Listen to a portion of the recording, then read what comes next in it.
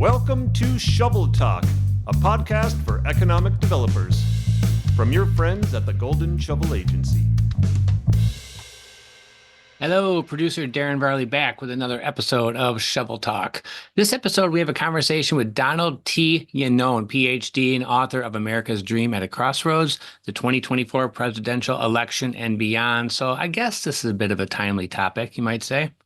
Mr. Iannone is a professor who has created economic development strategies for over 40 communities. His latest book explores what it means to achieve the American dream for diverse generations and people, and how economic developers, you, can help them achieve it, and the foundational importance of democracy and freedom. And then that old question many of us have asked ourselves, how do you define the American dream? Can't wait to hear this one. So Bethany, take it away. Hello, everyone, and welcome to another episode of Shovel Talk. My name is Bethany Quinn, and I am joined here today by Donald Iannone, who is a professor and author and has a history in economic development. So we're really going to have an exciting conversation today. Welcome, Don. Thank you, Bethany. It's a pleasure to be here. Hey, before I get going into asking you questions, I'm going to give everyone a little bit of a brief bio on you. So just so everyone knows, Don has recently released a book, America's Dream at a Crossroads, the 2024 presidential election and beyond. In that book, he argues the American dream should be the defining issue in the 2024 presidential election and remain a major focus beyond the election. Now, I think that's something that every economic developer can agree with. The American dream and the ability to achieve it is something that I know defines so much of our work. Before we dig in, though, I'd really like to know, even for myself, Don, what is your background that makes you the right person to write a book on the American dream? Well, I think for any writer, it's passion. And I am a writer, so I do it for that reason. But I spent 40 years in economic development and public policy, working in 32 states, 10 countries, and on 10 Indian reservations. So I spent a lot of time working with communities and businesses and people on trying to advance the American dream, which we understood at that time as being economic development. So I think that does, plus, I am an experienced writer and author, so I felt I could use my writing skills as a way to tell the story that is in this book. That's great. And I think it's really interesting that you have such diverse experience in regards to the communities and the groups that you have worked in. The American dream is not something that's homogenous, right? It should be available to everyone. And your diverse background, I think, also situates you to address that. I appreciate you saying that. I also think that your background in anthropology is really interesting. I noticed that was the first degree that you've earned. You have, it looks like, a couple master's degrees and a Ph.D., so one of many. But I think that anthropology background is certainly unique and interesting. And I was wondering about your perspective on the importance of understanding local cultures and societies as an economic developer. Well, you're the first person who has ever asked me that question, and I'm delighted that you did. Oh, good. And hey, a point for me. It is. And so I think what anthropology taught me was culture and understanding of how values and beliefs give shape to whether it's an organization or whether it's a community or whether it's a family. And so it taught me a great deal about the cultural context, which in today's world, we really see that coming into play very often, which we have the political extremes, but also just the great diversity in American society in every way that we can imagine it. But the other thing that I learned from economic development, from anthropology that applies to economic development is the concept of evolution and how things change and evolve, how they emerge. And I think that that's a powerful idea that goes alongside culture. There's so much that we could dig into here. It's actually really fascinating. I mean, just based on your answer, a couple of things come to mind.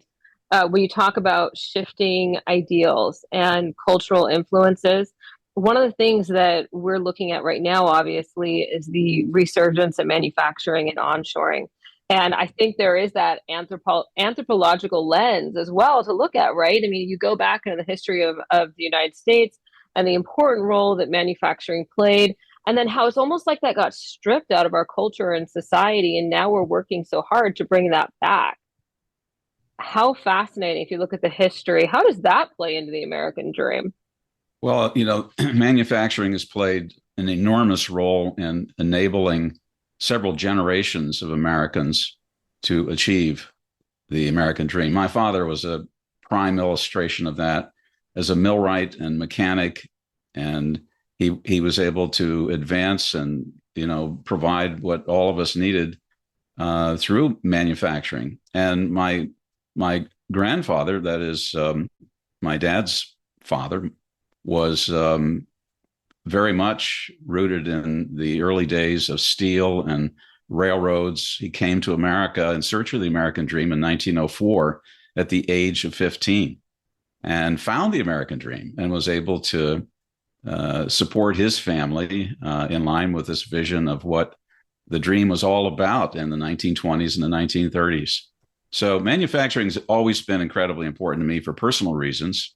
And the Ohio Valley area across from Wheeling, West Virginia, where I grew up, was, a prime area for manufacturing with the steel mills, the coal mines, and all the related manufacturing that took place. So that really supported the growth of communities and families in the Ohio Valley for many generations.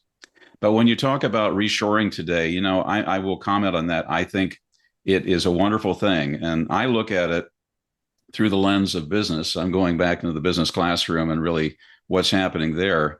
I think it's an incredibly return to reality, if you will, because we've gone crazy in this whole tech economy. So there's a sense of rootedness, and I think manufacturing returns us to place, which I think is incredibly important in economic development. But we need to rebalance, and for national security reasons, it's important to have our productive capabilities in place here. Yeah, absolutely. And the idea that that can happen with a snap of the finger would be great, right? But if it could, we wouldn't be having these workforce shortage issues. And I think that's where, we go back to that anthropological discussion and culture, and how do we reincorporate, I think, for one, that sense of rootedness with everything that has moved, to digital and to cloud-based. And for two, just resparking that interest in our young people. That's definitely something that I think we're grappling with industry-wide. Well, you're absolutely right, and I know that your company is well aware of that, and I know that many economic developers share the understanding that you've expressed. So I think that manufacturing is going to find itself back into a prominent place in our economy. It's a different kind of manufacturing, as we know. I mean, I remember when the whole computerization first hit manufacturing. It was all CAD/CAM. It was computer-aided manufacturing and design, and so now it's so much more with the introduction of robots, and we have obviously artificial intelligence and quantum computing that plays a huge role in making manufacturing what it is today. But I'm very excited about that. And I think that is a central part to the American dream in the past. And I think it can be in the future. Yeah, I agree. And it's interesting because when you look at the automation manufacturing, there's a lot of conversations around robotics and whether that's going to take away jobs. And I don't think so. Obviously, none of us can tell the future, but I subscribe to The Economist. I read it every day. I'm a little bit ridiculous about it. And there was a really interesting article that came out just last week talking about how if there's too much in terms of robotics introduced into a setting like manufacturing, it actually disincentivizes workers because people take value from a job well done, essentially, right? So making sure that we have that combination of technology and people skills, I don't think is going to go away. I don't think we're going to say, for example, have only one or two people in a warehouse full of robots. So that workforce issue is going to still need to be top priority, I think, as we continue to bring more manufacturing on shore. Yes, it's going to be a blend and a hybrid. I was talking to a gentleman whose name I can't remember right now, but it's all about, the new approaches to transportation, smart transportation, and all the things that have emerged, from, the use of these robots and delivering pizzas on college campuses to, all the new things that are changing parking meters in downtown. And so it's really important to almost every sector. And, I think transportation is a major one for opportunity. It's one that Ohio is looking to from an economic development growth standpoint. But I think it's going to be a blend. I would agree with you. I think we have a lot of catching up to do. And one of the concerns that I have is that, sometimes we use old rules to judge new situations, and that doesn't always work. And I think it's important in that sense that people visualize their career in much more dynamic terms. Like my dad saw his job initially as a mechanic and then a millwright, and that's all he could see. And fortunately, there were a lot of opportunities for him, during his career, so he could be that. But I don't think that's the case. I look at LinkedIn. I look at just how the jobs that are advertised and the people that are competing for those jobs, they're so different than what I could remember, going back 10 years, 20 years ago. But, LinkedIn is a perfect illustration of where the world of work is. And I realize that has more of a professional emphasis, but there's a lot of other jobs attached to those professionals that we see there. Mm-hmm. But yeah, it's good stuff. I'm glad that your company is giving voice to all these things. I really am. You have great reach. Thank you, Don. Yeah, we definitely believe in the mission of empowering economic developers and elevating the entire community. So for those who are not familiar with Golden Shovel, we have a free resource learning library that we're constantly adding to, that we don't charge anybody to access any of those things. So a lot of economic developers actually, we have heard from them that they started a job and they will actually educate themselves through our resource learning library. And that's very rewarding for us because although, of course, we are a for-profit company, we believe that if everyone is more educated and empowered, all of our communities benefit. So thank you for those kind words. We appreciate it. Well, I remember the words of Wilbur Thompson, who was labeled as the father of urban economics. And I had the chance to work with Wilbur when I was at Cleveland State University. He used a term that, and you described your library. So that's why I bring this up. He described the library as the university for many communities. Mm-hmm. And that's true. I mean, what you're doing is you can do it all over the world, with your virtual resources, but libraries in a physical sense and now in a network sense are, for many communities, they are the university. And I think that that's a role in society that Carnegie and all others that followed with the public library movement, it's just so important, and it continues to be important. Oh, absolutely. And for a lot of rural communities we work with, the library is a place for learning. It's also where the community comes together, right? It's a cultural hub. It's an event space. It's a place for children to learn through interactive classes. So our libraries definitely continue to play a very important role in our communities. Very true. Yeah. Well, hey, I want to take the opportunity to dive in a little bit more into your book itself. And I'm hoping that you can start by telling our listeners, how do you define the American dream? Well, I think that's a good question. And if I have a confession to make, that's something I had to redefine several times in the writing process. Mm-hmm. But what I boil it down to is the American dream is about economic and social mobility. And it is about the ability to get ahead in a sense of prosperity and wealth creation, certainly. But I think the new version that I put forward is that it's that.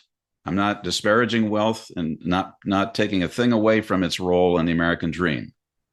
But I add to that we need to have a broader sense of well-being that includes education, lifelong learning. It includes healthcare. It includes your community being a safe place for your kids, for everybody. So we need to think about that quality of life dimension that surrounds prosperity. Because if we let that erode, prosperity, jobs, businesses, all the things that economic developers typically do is lost. But I think the American dream is moving in that direction. And if you look at the generational shift that we see in recent generations, X, Y, Z, there's a whole different take on what that means. But I think it's just a really incredible concept. It's an ideal. And I believe in ideals. I think it's so embedded in what America is and has been from colonial times. And I think it is undergirded by freedom, democracy, and this reality that we are a republic. Without those three things, the American dream ceases to exist. So we need to think about the American dream in that context, as opposed to just, okay, I want to make more money, get a better job, my kids go to a better school, we get a better house. Mm-hmm. Yeah, I would agree. And I think it is interesting to look at it through the lens of how the American dream and the definition of that has changed over time. And, it's interesting because you made a point earlier how we can't look at what we're facing today through maybe an old lens or an old framework, right? And whether you're defining freedom, which that definition in America has changed dramatically over time, right? Yes. Or you're defining the American dream. There is an evolution of that, right? It's not necessarily the house in the suburbs and the two cars in the driveway, although, that is important to many people. I think that quality of life aspect is really interesting. And we're seeing a lot of those changes, as you mentioned, with the younger generation, where people aren't just looking at a job to make more money, but how is that job per se going to impact my lifestyle? Yes, very much so. And I think that, I have two sons who are both in their early 40s, and I have three grandsons who range in age from 15 to 6 to 2. And they're all very different, by the way. Mm-hmm. But they have a whole different lens on what the American dream is about and value in their lives. Both of my sons have great jobs. One is a psychiatric nurse practitioner, and the other is a vice president of IT for J.P. Morgan Chase down in Columbus. And they have different concepts about what it means, but it's very different than mine. I mean, they see the life-work balance. They know that they have to work hard and they have to move ahead, but they see family as being so central to everything that they do. So they've got a better sense of balance around that. And I think that when we look even, further ahead, you're going to see things change. And I think people are going to vote in line with some of those generational values. So that's going to be an important thing to watch as we look at this upcoming presidential election. Yeah, and I think even more so when you look at local politics, who your local politician, right? And people are voting a lot based on their values and their sense of what matters. And that's something as economic developers, obviously, I view the role of an economic developer as a very political role, even though everyone has to stay apolitical. And the reason I say that is because, like an elected official, you are constantly balancing the needs of diverse stakeholder groups. And, the generational needs is something that you hit on. And I think that in and of itself is interesting. For example, maybe 10 years ago in economic development, I would bring up childcare frequently, and probably because of my situatedness in life. I have a fairly large family, and 10 years ago, you would have caught me square in the middle of needing childcare for younger kids. And a lot of economic developers, especially older ones, were kind of like, yeah, that's really just an issue for people in the social space or the nonprofit space. That's not really an issue for us. And that has completely changed to where Yes. childcare is a massive issue. And I think that's in part because of the generational need, right?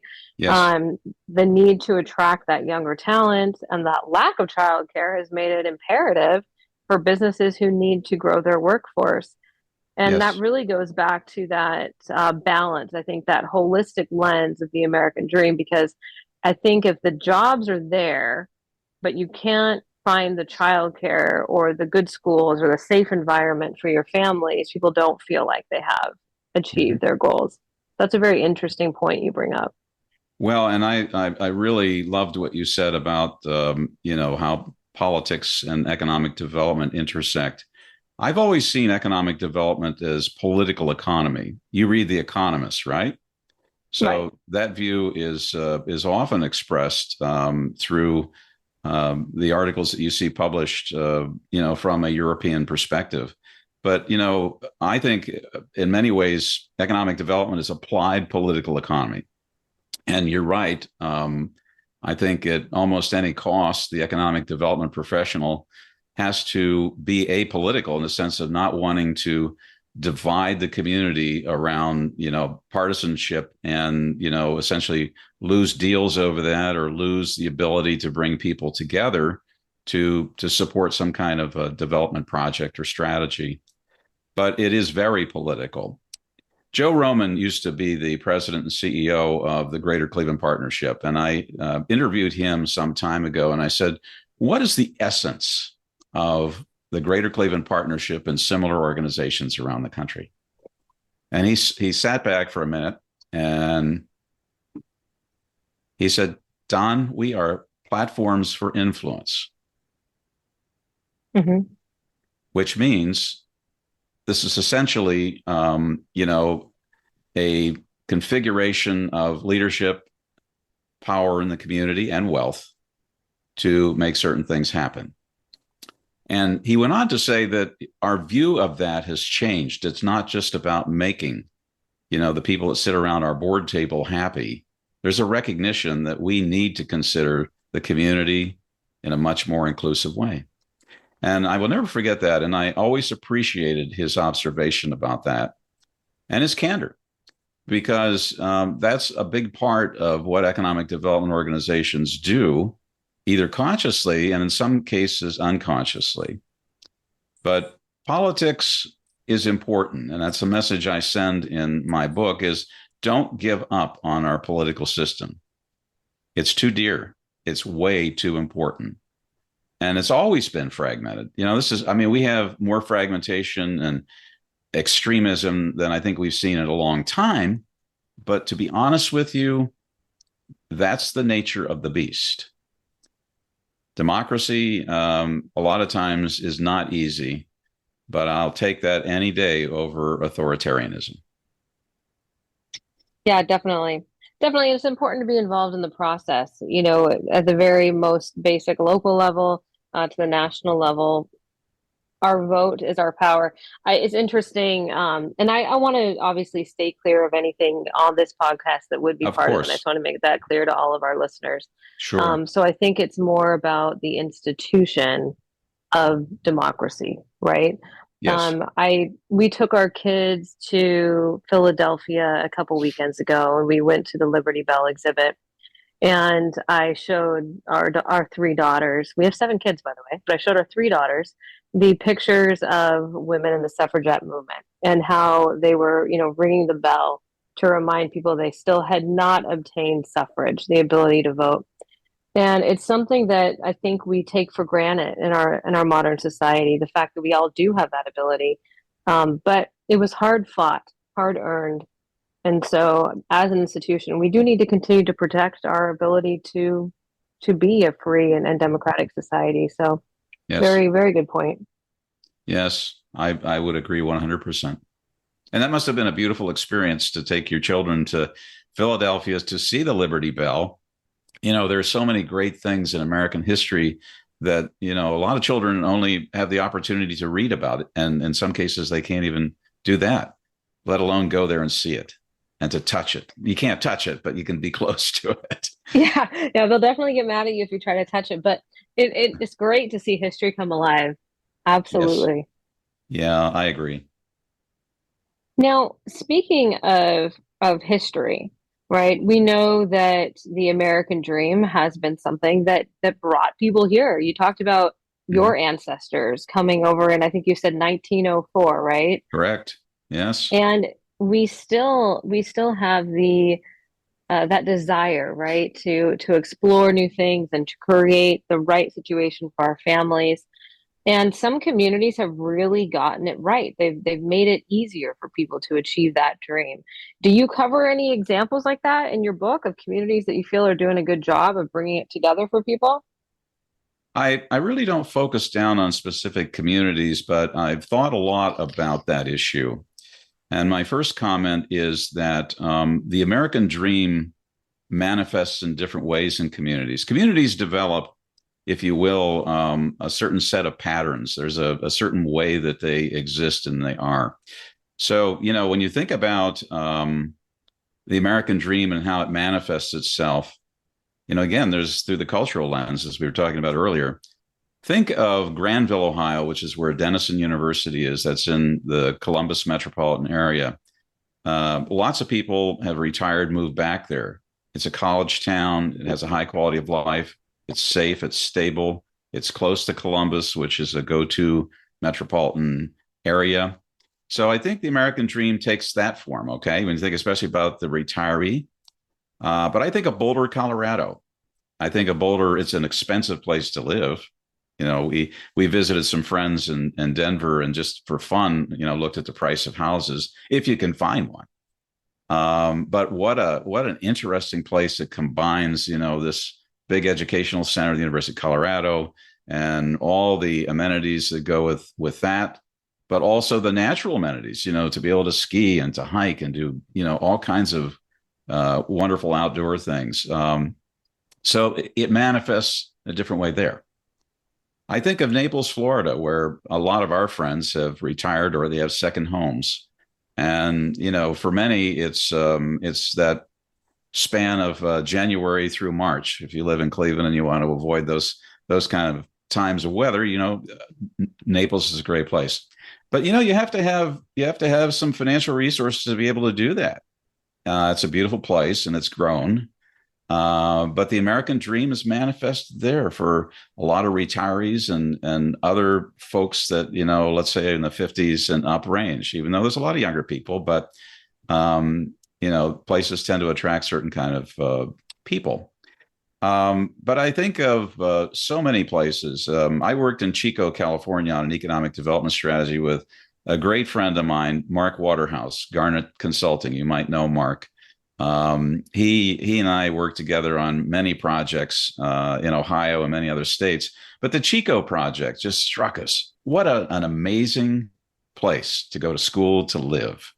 So the American dream is manifested around that and all the amenities that you find there.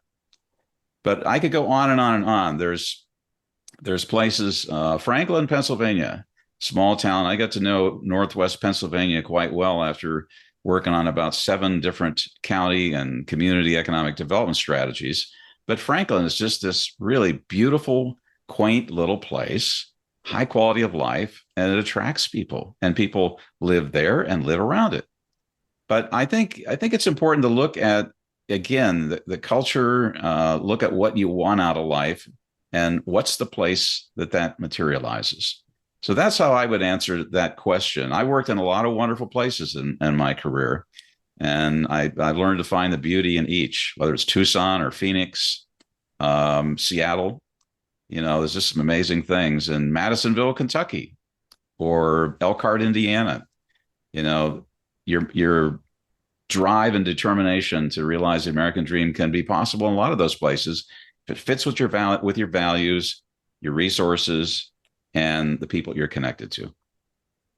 I think that's one of the great benefits of living in our country is our country is so large and there are so many opportunities to really customize your lifestyle based on what your value system is and based on what your needs and interests are, to your point. So it is interesting. I think, if you don't like where you live, there's a lot of this country left to explore. Now, one of the things obviously we talk about is if you can't afford where you live, there's communities with great job opportunities and maybe a lower cost of living, which can help. Now, speaking of cost of living, obviously Yes. cost of living is something that is really put the squeeze on a lot of people, especially the middle class and working class folks. So, you know, the American dream, I don't know that we can escape some of those foundational ideas that there is a level of being financially secure, Mm-hmm. that does make that possible. Whether or not your value system is financial wealth or, health as wealth or cultural amenities as wealth, that basic needs being met, that financial security, I think is something that's very pivotal. And, It what do you is. think is hindering people's ability to have that and therefore achieve the American dream for themselves? So I'm going to share with you something right out of my book here. I'm not going to bore your listeners with the details, but I did an analysis of real per capita personal income adjusted for cost of living. So I did this on a state basis just because I didn't want to, have 16 tables in there that made the point. But the state that was number one when you adjust real per capita personal income for cost of living is North Dakota. So if you look at the real per capita income for North Dakota on average is $68,000, but when you adjust it for cost of living, that $68,000 is worth about $78,000. Okay. And then you go down the list here and to a lot of states that really are high cost places to live. It gets quite interesting because they're great places, but you better have a lot of money because it costs a lot and your buying power is going to be less if you live in New York City compared to, let's say, Indianapolis. So the analysis also looked, because it does analyze politics, and this is not a political statement on my part, but actually red states did better on that index than blue states. Yeah, and I think a state by state comparison is definitely interesting for folks, especially if they're looking at things from a regional perspective. But yeah, that ability to have financial security, of course, is so important. And that's why economic developers, the role of creating those jobs that actually can provide for a family is so critically important. And I think It that ties back into even the manufacturing conversation we were having earlier. absolutely is. So you're well aware of the stigma that's been associated with manufacturing for many years and how difficult. Like many years ago, we started a machine trades institute because there was a shortage of people that were machinists that could work for Cleveland Twist Drill or Warner and Swasey or North American Acme or any of these companies that were known for doing great work, in the machine tool industry. And the stigma prevented so many people from wanting to do that. Well, I want to go to college and get a 4-year degree. You don't want to Sure. make an incredible amount of money and have great benefits and be able to do all kinds of things. And a lot of people said, no, I don't want to do that. I want to go get a 4-year degree, which is really a point of discussion in today's world when you look at the affordability of higher education and its payoff, right? Mm-hmm. So my position, I'm a university professor, okay, and I teach students all over the world, by the way. So what I have to say about the American dream is very different in the context of whether you're in Malta or you're in Ghana or whether you're in Dubai, and that's where I have Ph.D. dissertation students right now. So the American dream is very different for them, but I think that we have it so good. And my biggest concern as I think about America is that we don't allow ourselves to be torn apart, that we find a way to accept that differences are okay. It's okay to be of this religious faith. It's okay to, want to be single and living in New York City. It's okay if you want to have, a family and you want to be surrounded by, your extended family and live in an environment. That's where it's all about. But we have to learn to accept that people are different and that's the heart of what America is, so that we don't seek this sameness and this routinization of human beings, because we destroy what made this country so great in the first place. Yeah, there's definitely a lot of strength in our plurality of opinions. And, we talk about economic developers needing to bring diverse stakeholders together. And I think I'm seeing that a lot more now is the interest in bringing people with diverse backgrounds, varying ages, diverse interests together to come up with ideas for where communities should go, or what should be tackled with a particular initiative. And you're right, we need to make sure that we listen to all those voices and give equal weight to them because it's going to make us better. Yes. So what was economic development like when I started back in the late 1970s? It was all the old white guys that were sitting at the table. I mean, I'm a good one to talk, right? I got all white hair. But I think that was the model. And so there were no women that sat at the boardroom table. Very few women were hired as economic development professionals. And very few of the people that were hired in those jobs had college degrees. Situation's totally different. If you look at any of the basic economic development courses, look at EDI, look at the conferences that IEDC puts on, it's totally different now. And it just delights me to see, all those different faces, personalities, backgrounds, because I think that's how we develop a better America and a better American dream is by having those kind of professionals, out there doing what they do. But it was totally different when I started. Yeah, it's definitely changed. And that's why I even mentioned in the past decade, there's been so much change that's happened in the industry. And I think it has the ability to make a broader impact than economic development as an industry ever has, because we are looking at communities in a more holistic way. And therefore, obviously, incorporating the needs of all of our community members rather than a select few. Now, speaking of that, economic developers have to juggle a lot of priorities. And if you're in the industry, you know firsthand how short-staffed most offices are. Absolutely. If you're not intimately in the industry, it can look like economic developers have these huge budgets and a big team, and no, they don't. I mean, it's shocking how you can go into communities and maybe have two people in an office where you would not expect that. With so much to do and so few people to work on it, if an economic developer really wants to prioritize making the American dream more attainable in their community, what should be maybe the one or two things you think they could focus on to make a good impact? Well, I'm going to say this, but I know this is already the case already, which is the emphasis on workforce development and relevant education is number one. I remember a day when people followed jobs. Now jobs follow people with talent and knowledge and skills. So that's kind of where we are today. And of course, we've overlaid that with the whole world of remote work, which changes the dynamics of place and work and people who, play different roles in the workplace.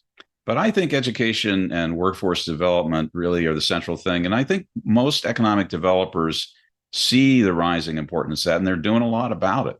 So I think that's good news. The other thing is really helping communities develop and use the strategic intelligence to know how different layers of change will affect the community. So that's a strategic planning objective in some ways with an environmental scan. But it's about getting the kind of intelligence that's much more alive that tells you specifically how certain developments and events, how regulatory changes at the state level will affect communities in certain ways. But to understand those things in a specific context, because, the impacts from the outside world, whether it's the things that we started out talking about in terms of manufacturing and reshoring, or even our supply chain, in many cases that remain, very globally rooted. When we disrupt those things, as we learned from the pandemic, it creates a whole set of ripple effects and things that affect very specific communities in specific ways. But to have the kind of intelligence, and I think that's where artificial intelligence and all the quantum computing tools and things that are now being brought down to earth can help. And I think another big term that I'll use, and I'll try to make it as simple as possible, is the role of complexity science, the kind of work that the Santa Fe Institute and many other centers. Johns Hopkins has a major emphasis on complexity science and medicine. But it's understanding, as we were talking about, the whole picture, being holistic and understanding how things emerge as a result of the collective interactions. Science has been rooted in reductionism for years. That's how I was trained. You develop a hypothesis, you test it, you control. And a lot of times all you find through regression analysis is what? It's correlated, but it isn't causation. But I think where complexity science is coming is going to be of a huge benefit to all these understaffed economic development organizations who can tap into some powerful tools and be able to figure out how things are going to affect their world. So I think that's a big thing. I think that's a huge thing. Strategic intelligence tied to technology in an adaptable way, usable way, alongside education and workforce. That's what I would put my money in. Interesting answer. I'm going to have to look at the work being done at the Santa Fe Institute now. Yeah, it's great stuff. Yeah, and that definitely is a really good point, is that ability to continue to utilize the tools that are available to us to understand our communities, understand change at a deeper issue, a deeper level, really. Yes, and real time. Mm-hmm. Real time. I think that's the key. The transportation industry has moved in that direction. I think we do a lot better job of real time modeling of transportation systems. So there's some really valuable things that we can learn from that. Mm-hmm. But I think it's just and sometimes I worry about there's so many things that we need to learn and do that we feel overwhelmed. So and this is on a personal side. I'll mention this, Bethany. I'm a mindfulness instructor. I did this for 7 years. I taught mindfulness to cancer patients and their families. Did this on a part-time basis. And I think mindfulness, however you choose to understand that, I understand it, in the sense that MIT brought it about. It was really something that could be tied into our everyday lives in a practical way, that to be mindful, not lose track of ourselves, understand who we are, and be able to come from that space to approach the world every day. And so I think as we think about this world of constant change, we need something that centers us. Meditation is not for everybody, but mindfulness is something that anybody can learn to do and apply in their everyday life. Yeah, I actually recommend for anyone who wants to look into that, reading the works of Dr. Ellen Langer, because she really, pioneered mindfulness, Western mindfulness, as she calls it, right? The ability to notice novel change. Yes. Yeah, she's brilliant. I actually took her class at Harvard and really, really enjoyed it. But mindfulness is something how fortunate that you were able to do that. That's great. Yeah, she's still teaching it. If anybody wants to sign up. Cool. Well, nobody wants to sign up? If anyone listening wants to sign up, they can. Oh, yes, absolutely. That's a great plug. Yeah, sign up. But I think, we were talking earlier about manufacturing, the human side of enterprise and all the things that we learn, in our management training. But I think that just understanding who we are and showing up in the world in an authentic way is important. One of the big things that we teach at Transcontinental University is emotional intelligence.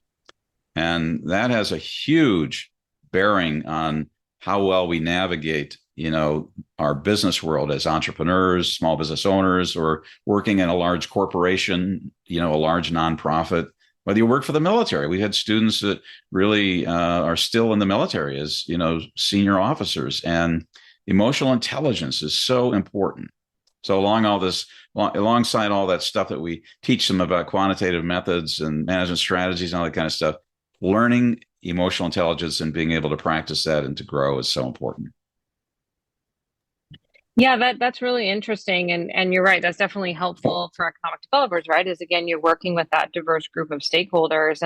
And is that a course that any economic developer could sign up to take from you?